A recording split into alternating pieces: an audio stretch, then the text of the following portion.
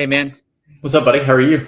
I'm doing good. I just saw that StreamYard just told me that it lost access to my LinkedIn account. So that normally like every 30 days or so I have to log back in. So sorry to anybody who tried to log in on LinkedIn and you're gonna miss this one. LinkedIn. Yeah. But we're on Facebook and YouTube right now. So we're talking about the fall selling season. And believe it or not, it's actually a pretty big, pretty busy season. We just came out of July. Um, we had some business in July, but it's a little bit slower than I think people were expecting, and a lot of that is from vacation season. For sure. So now we're coming into fall season. Everybody's back in, or not everybody yet, but most people are back in school. Some of us are waiting to get the kids back in school. Man, Um, any day the kids can go back to school in my right, household. right. But once we get, once everybody's back in school and everything, buyers are going to be out in the market again. So if you're getting ready to sell, um, there's going to be some buyers out there who are looking, who were on vacation in July, and now they're going to be back in the market. How's uh how's the mortgage world this week? Decent. Not as busy as last week, but you know, few apps, few contracts, nothing crazy, but steady. So that which is totally fine for this time of year. Interest rates really they didn't really help us any this week. So What past were they past looking couple like? days have just been a bloodbath, to be honest with you. So Really? What were yeah, rates looking like this week? I mean we're back up into the mid fives. Mm, So it is what it is. I mean, as I tell people, we just have to lock. We got to lock in the dips. It's been a roller coaster all year. So which we've talked about. It's just locking in the dips, and that's what I get paid to do is to watch the market all day, every day, as I do. And so once I feel like it's a good time to lock, we lock. So I mean, yeah, it's you know, that's good. Yeah, that's good to know. Listen to that. That's really, really good advice is stay in touch with your lender, with your loan officer. Hopefully that has been, yeah. and stay in touch with them or they'll let you know. Go ahead and get that application started. That way you can get locked in a rate. And once somebody's locked in a rate, how long can they stay locked in at that rate? Well, we can lock anywhere from 7 days to 360 days. Oh, So, really? Okay. of course, the longer the rate term, or excuse me, the longer the rate is locked for, the more expensive it is, right? So, Sure. of course, the rate's better on a 7 day lock versus a 360-day lock, right? Just because of how the investors hedge money and where they think rates are going. So, because they're holding that on their warehouse line. So, Yeah. um, most typically everybody locks for 30 days. Gotcha. Okay. Yeah, that makes sense. So that 30-day period is, let's say they locked this week. Do they need to be closed within 30 days for that Yep. that rate lock? Okay. Yep. Or we have to extend the rate, or we have to look at what market price is. If, there's sometimes where we can actually let the rate expire and relock it at that same rate without charging the borrower for a rate lock extension. I mean, it Mhm. happens. New construction, house is delayed, or their contract falls out on the place that they were selling. There's always something, but we're really good about being able to go in and renegotiating that rate lock without passing the fees along to the borrower. Um, so we just have to look at it. And even if we're lucky enough that we work with so many banks that even if you lock today, let's say you lock today at 5.5 and rates plummet in 10, 15 days, that doesn't mean that we can't bring that back to that investor and say, hey, we need to renegotiate that rate and lower it down to market. We do have that ability up to a certain point.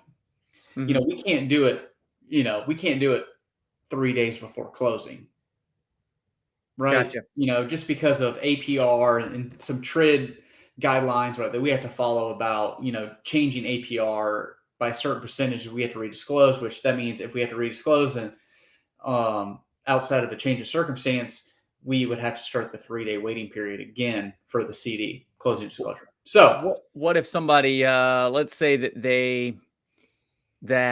they needed to the rates went down, they wanted to renegotiate their rate and yep. they're closing in 7 days. what's the possibility of doing? I mean, a lot of this is on my end, but have you ever seen this happen where they extend the closing in order to get that lower rate? I've seen it done. I mean, luckily in the great state of Georgia, we have that 8-day unilateral, right? So, Mhm. like, if you're representing the buyer, and let's say the buyer didn't sign that CD, well, you could always whip out your 8-day unilateral, right? And the seller can't really say anything about that 8-day unilateral besides them getting might get upset that you just Yeah. whipped out an 8-day unilateral on them. It's in the Uh, purchase and sale. It says that you can Right. And use that so 8 that, day. that gives that buyer an opportunity to, if we do need to renegotiate rate at that point with the investor or bank, then yeah, we can do so. But we try not to do that because everybody's reputation's on the line, right? Yours, mine, Right. buyers. Like, the last thing we want to do is make the other party upset because we just handed them an 8-day unilateral that they can't do anything about. Right. I would hope that, in that situation that a seller would understand and an agent would understand if we're talking about, 3/4 of a point or a full point in Yeah, I don't think it would rate. be that much. I mean, but even like a quarter, let's say, So even it wouldn't be a difference in a full percentage point. right. But you're saying, like, let's say you went from 5.5 to 5.25. That's a lot of money monthly. And if Mhm. you look at it over a term of a mortgage, that's thousands of dollars Mhm. that, that we're having to. My job, I mean, my number one job is to take care of the client, Mhm. right? Because I want a client for life. Okay. Right. That's my mindset on every deal is like, okay, so how do I get this client for life? Because it goes past the sell of the home or buy of the home, right? Because we're always staying in contact, updating them, home bot, like, that you and Lauren get. It's just things like that because we want a client for life. So whatever I have to do to protect that client during the deal, we're going to do. Yeah, absolutely. Um, so I had a question for you around that, around interest rates and mortgages and refinancing.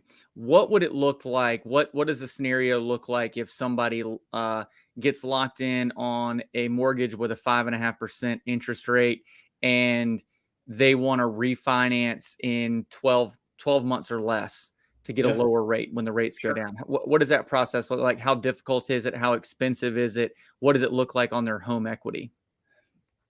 So, of course, we did a ton of refinances in 2020 and 2021. People were coming out of that anybody that we closed anywhere from like 16 to 19, where the rates were in, let's say, the 4 to 5 range. Okay.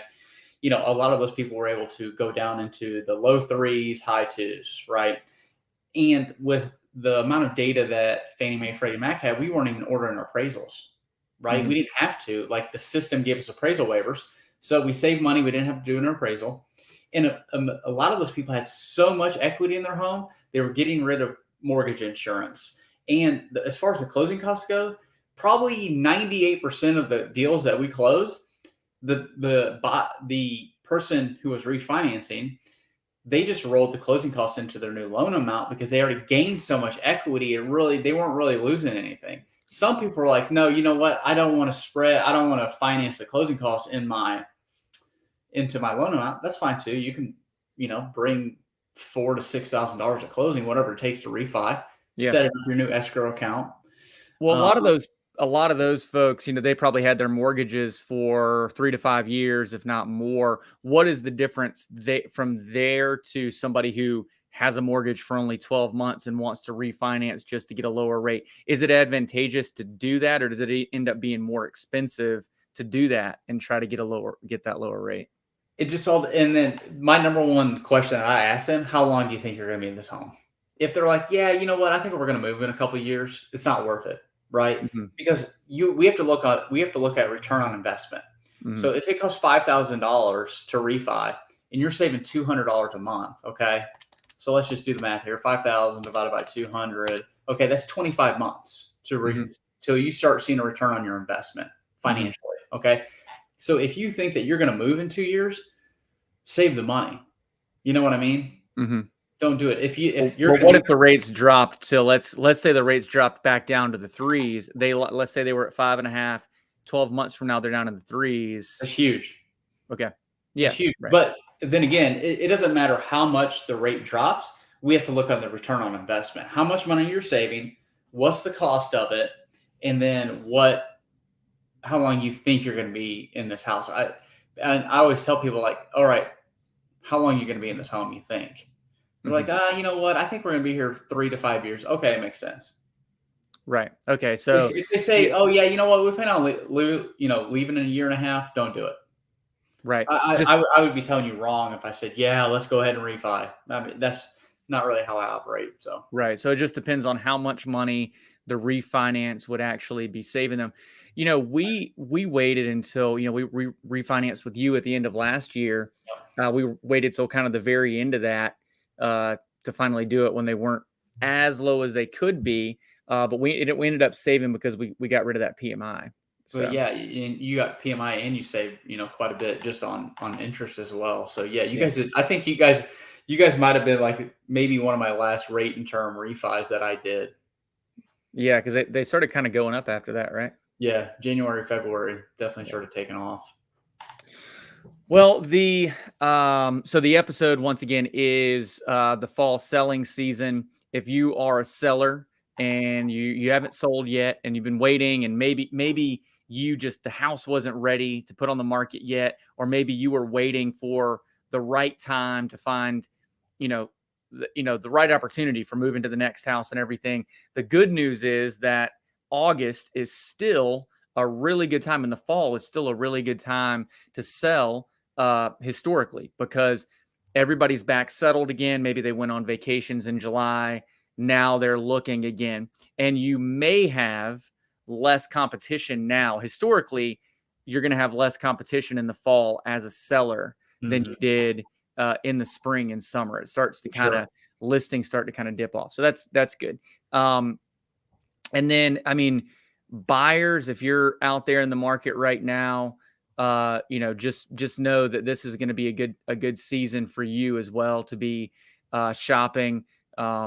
If you're still out there, I mean, rates are kind of like Ben said, they weren't great this past week, but um, they're dipping. They're doing the whole roller coaster thing right now. And you also are going to have less competition in the market than you did in the spring, as far as Yeah, buyers go. great time to buy. I Yeah. mean, And it's also, as I was telling you in the pre-show, some of my busiest months are fall, winter. that's always the case for me too. I don't know why it always, June and July, it slows down, and then I mean, I'm sure it's vacations and stuff like that, right? Yeah, But June and July, it slows down, and then in the fall into the winter, it picks back up. That's normally the it case for really me. does. And I like to go, I mean, if I'm working with buyers, I like to go shop for homes in the fall when it's the crisp weather, and you're not out there sweating, walking around from house to house. Well, I the like going. problem is, like, your showing time is just a little bit smaller because it gets dark at 5 o'clock. That's true. That's true. Yep, that's true. So, you're pretty much going to see a house on your lunch break, you know what I'm Yeah, saying? It's like because, like, if you try to go after work, you're out there with flashlights. yeah. There are a lot of, I mean, several buyers that I've worked with that like natural light is really important to them. So, we'll go and see it at 5 p.m. and the sun's almost down, and they're like, I think I like it, but can we come back tomorrow at noon and see it Seriously, again with like the light? So seriously. yeah. But yeah, that's it. That's fall selling season. Not a whole lot has changed in the last week other than interest rates. As far as the market, what I've seen is you know more activity, honestly, with buyers on the listings that I have, and so we're still plugging along. I tell you what, even the pre-approval letters that I've sent out. I mean, offers are getting accepted on their first try. It seems like I'm Hmm. seeing a lot of lower earnest money contingencies getting accepted. Seller credits coming through. I even saw one today with $7,500 on it, paid by the seller. So, anywho, I'm even seeing even on social media with listing agents saying, "Hey, they're go ahead and they're just advertising it up front, like, hey, the seller's offering $5,000 in seller credit, you know, Yeah, um, which is great, yeah, and even shifting back to the news, we're seeing Open Door is partnering with Zillow, trying to get rid of their inventory. Right. Yeah. Um, Yes. Yeah. I saw that this week. two huge giants in the iBuying the past couple of years are now coming together to trying to get rid of inventory. Hmm. And I had an agent tell me today, like, yeah, I'm actually showing Open Door properties now because they're actually starting to pay the buyer's agent again, and they're actually offering the buyer's agent a bonus. So you're getting your commission and you're getting a bonus if that property goes under contract. Oh, So that was what I was going to say. I was like, I know, the reason why Open Door has so many houses on the market is because they don't offer. And I'm going to go look up and see if Open Door actually is offering that now. but yeah, I mean they're offering agent bonuses and they're offering even more commission to that agent instead of, I think before, weren't they like offering like 1.5%, 2%, something crazy? It was like, Yeah, man, they were offering like 2.25. yeah, Before. Let's see if I can look this up. But anyway, yeah. So if they do that, I mean, that's a huge thing. I don't even know why they even stopped doing that. Why they were, offering less to the buyer's agent to begin with. But what we were talking about before the show too, which I'm not going to try to pull that up just because it could get kind of glitchy at this point. But we had more price decreases in the market in the last 7 days than we had new listings. And we had a lot of new listings. We had like 3,200 new listings, but we had 3,400 price decreases. And for the first time, I mean, I remember 2016, 17, 18, 19, my email would be full every week with broker bonus emails from listing agents who were trying to sell their listings. And I even did that back then too. If I had one that had been on the market for more than 30 days, I'd go and send out one of those broker bonus emails. I'm starting to see those again. And it's crazy because for 2 years we didn't see it. And now we're seeing those again. Agents are having to go back to those things. And a lot of that is because agents and sellers alike are not preparing for this market before they go on the market. They're going up into this market as if we're still in 2021. And that's how you end up sitting on the market, having to take a price decrease because it's, we're still in a seller's market for sure, but you can't just put whatever number on it that you want and get that right. price. You actually have to do a little bit of homework. Yeah. You have to know what your comps are, what your competition is before you get on the market. That's crazy. Yeah. But yeah, you're definitely starting to see the, like, back to social media about, seeing price improvements on property. Mm-hmm. Just, letting the world know that, hey, the seller's willing to pay $5,000 in closing cost. Just putting it out there, just stuff that we haven't seen in a few years. It's an exciting time if you're a buyer. Yeah, exactly. It is. I mean, it's, some folks might be, scared off by the interest rates and things like that. But honestly, like we just talked about, you can always refinance. You can wait for them to dip, and Ben can lock you into those rates that last week were in the high fives, right? So, yeah, you can still get a really good interest rate, and you can get into a great home and start building some equity without having that same kind of competition. What I was going to say is I had one under contract last week or week before last, and the seller terminated on us, the buyer terminated on us, and it was an investment group. And what I found out later, it's a pretty big investment group based here in Atlanta. But what I found out was that they're a rental company, and because the market has shifted so quickly, they have had to go and like renegotiate the terms of most of their contracts because they were going in much higher, and they needed to bring them back down, which is fine. It's not that they needed to bring it down below market value.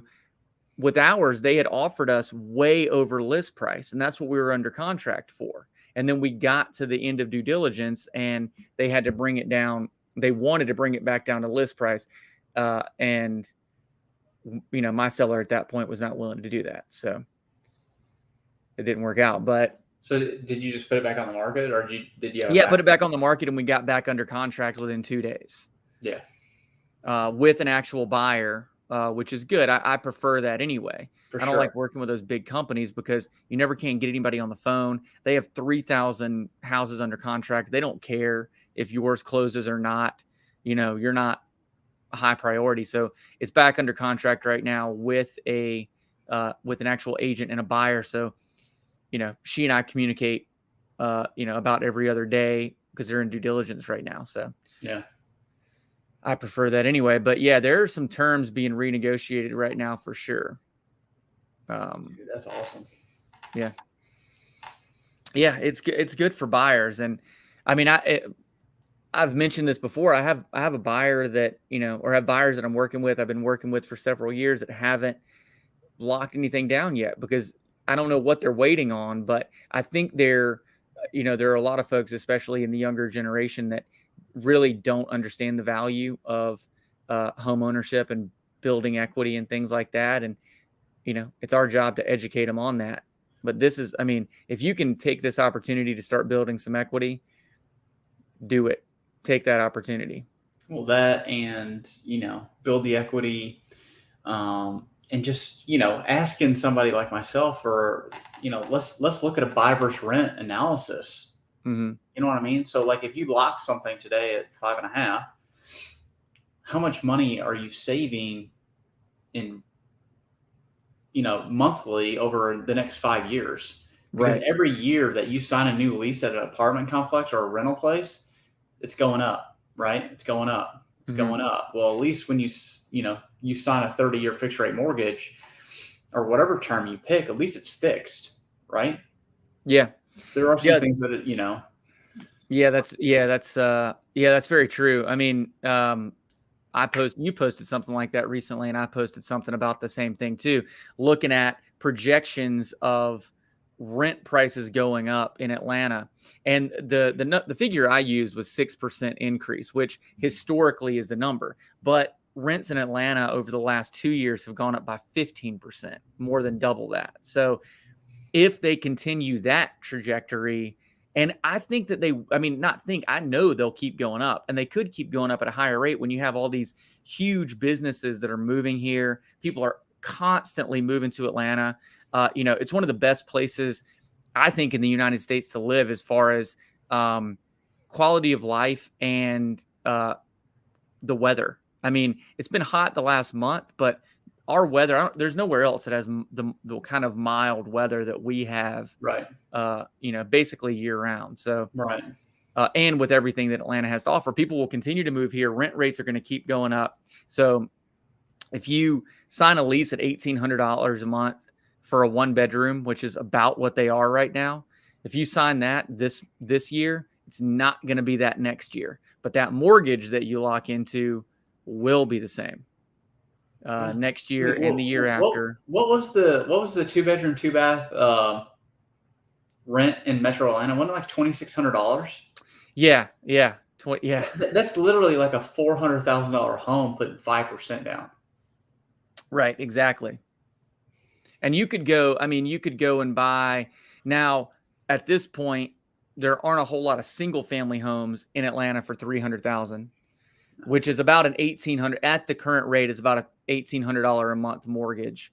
There aren't a whole lot of single family homes, but you can buy a townhome or a condo and start in the city in Atlanta and start building some equity. I mean, and you can get a deal on a condo and townhome in Metro Atlanta right now. I think there's more. There's more of those listed right now. Yeah, absolutely. Those start coming back. Those start coming back first. Yeah, they do, and there's nothing wrong with a condo. No, absolutely not. As long as you're building equity. I mean, and if you look at, if you're okay with living in a building because you're living in an apartment, why not own that condo? Seriously, let it appreciate, build the equity. If there are rent restrictions or there's a wait list to rent, you could hold on to that several years from now, rent it out, and move on to the next one. You can pull equity out of that to do, for a down payment on your next house 3 to 5 years from now. Yeah, you keep it as a rental. Exactly. I mean, that is how. I mean, we've talked about this before too, but that's how your net worth starts going up, right? Right. Your net worth doesn't start increasing by any sort of great value by you putting $100 a month into your savings account. It starts Seriously. going up by you buying a home, owning that property, and then your net worth goes up on its own. I mean, Yeah. as you build equity. I mean, you're losing money in a savings account right now. I mean, if you Yeah. think about it with inflation, Hmm.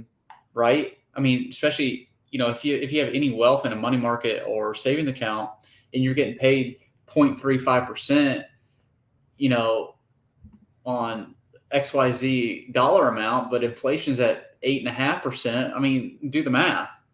Right. You might as well, you got to put it somewhere, start gaining some real true value. Right. And we we don't really, you and I on this show don't really talk about the stock market very much. Even though we both do have some investments in the stock market. But historically, I feel like real estate is the place to put your money, just because that they're not making any more land, right? I mean, everybody, you hear that. We've heard that before. Yeah. They're not making any more land. So if you've got a piece of it and if you own that piece, people are always going to want to buy that no matter what. People are always going to there's always going to be value on that, where, you know, um, some businesses may not be around 10 years from now that you have stock in. And people call me crazy, which I might be a little bit, but I would rather own a lot than have money in the stock market. Oh yeah, for sure. I mean, I have 401ks and IRAs and all that fun stuff. I sold all my blue chip stocks in December. Like, I'm totally out of like the day trading model, Mm-hmm. and I would so much rather put that money in buying lots. Yeah, Mm-hmm. 401ks, IRAs. Yep, I do though to max those out for tax benefits. I get that, but I'm not like buying the Boeings of the world and Apple and all that stuff. I Mm-hmm. could care less about that. I would seriously rather go buy a lot. Yeah, I agree. So, we're back. We were kind of got off on a tangent with Yeah, buying, but I think that I agree. I think uh, anybody who really thinks about it, if you live in Atlanta and you're paying rent, you should not be paying rent. yeah, If you're in a position to buy a house, you should buy, or a condo, you should buy a condo. 100%. I mean, there's really no reason not to. You're not saving money by waiting to buy. Um, And we're not putting renters down, because everybody's situation is totally different. oh no, Meaning, absolutely. if No, you, yeah, like, if absolutely. you have to rent for credit purposes or job Right. or past, bankruptcies or foreclosure, we get it. I mean, life happens. But if Yeah. you're able to buy, just look at the Yeah. hard numbers. Absolutely. I And there's totally always agree. going to be renters, and that's fine. Yeah. Some people are just renters for life, and that's Right. all about it. I mean, Right. it's Yeah, okay. absolutely. I agree with you. Not putting down renters. We all rented. So, But I yeah, rented for a very long time.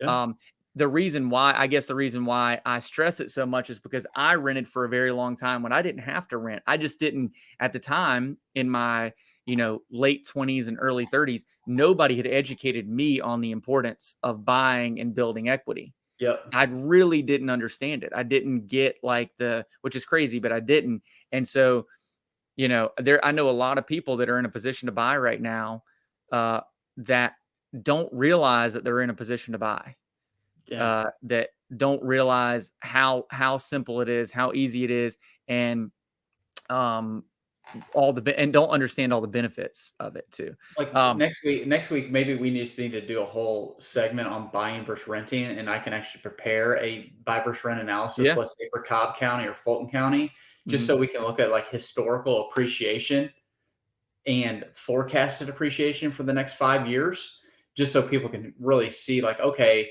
the average rent in Fulton County is $2,200.